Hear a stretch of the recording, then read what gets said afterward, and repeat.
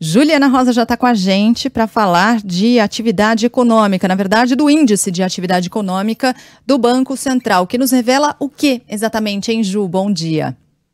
Bom dia, Sheila, bom dia, Carlinha, bom dia você ouvinte. Acabou de sair o número do Banco Central, que é uma espécie de prévia do nosso PIB, é um balanço já do ano de 2021 e as notícias são boas. Em dezembro, o resultado mostrou crescimento da economia brasileira em relação a novembro, acima do esperado. Estou aqui com o número de 0,33% em dezembro em relação a novembro, e o crescimento da economia brasileira em 2021 foi de 4,5% por esse indicador do Banco Central. É um indicador mais simples do que o PIB, que é o indicador do IBGE, que é mais completo. A gente ainda não tem o balanço de 2021, porque é uma pesquisa mais ampla, mais complexa. Esse indicador é mais simples, mas aponta a direção do movimento da economia, e com isso permite ações mais rápidas do Banco Central em relação a crescimento, como é que está a temperatura, né, para poder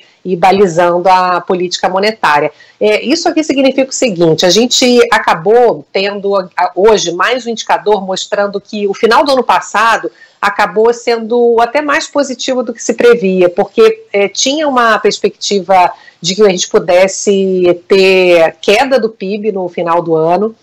E por quê? Porque os números de outubro, que era o finalzinho ali do ano passado, tinham decepcionado, tinham vindo ruins, começou a ter aumento de juros, a inflação estava muito alta, né, surpreendendo para cima. Então, o poder de compra do brasileiro começou a ser muito afetado por essa conjunção inflação alta e juros elevados, dificultando o consumo. Só que aí os dados de novembro e dezembro, agora por esse indicador confirmando hoje do Banco Central, foram mais positivos. Todos os segmentos acabaram indo melhores, até a produção da indústria em dezembro veio melhor, mesmo com aquela falta de peças que a gente está vendo que ainda está afetando a produção industrial no mundo.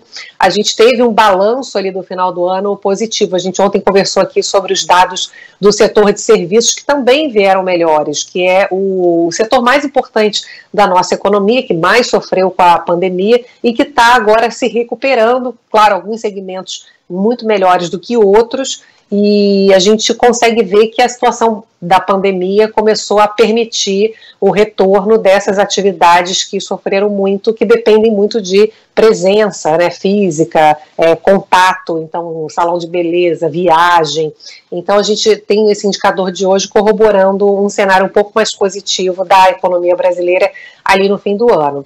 O que isso significa? Olhando para frente, a gente... Em janeiro, a gente acabou tendo, por conta da Ômicron, essa esperança aí um pouco reduzida, porque a Ômicron acabou afetando o movimento, acabou dificultando a produção da indústria. Então, o que a gente vê, porque por conta da pandemia também, aí melhora um pouco, daqui a pouco piora, né, dependendo de como é que fica a situação da pandemia. O lado bom dessa história é que, olhando para frente, a gente ainda tem espaço para recuperação desse segmento de serviço, porque caiu muito na pandemia, né, viagem, restaurante, lazer, isso deve continuar crescendo, evitando uma queda de PIB esse ano, mas é um crescimento ainda limitado, muito limitado, por conta ainda dessa questão de inflação alta e juros também, que acabam dificultando um consumo mais vigoroso, né, do brasileiro. Uhum. Ju, a gente vai voltar a conversar ainda sobre esse assunto ao longo do dia, também nos próximos... Mas nosso tempo está esgotado. Oscar para você sempre, né? Isso sim. Esse também é um aspecto positivo. Vocês são maravilhosos. É um aspecto positivo também, já que a gente está nessa pegada. Ju, um beijo para você, bom fim de semana. Um beijo.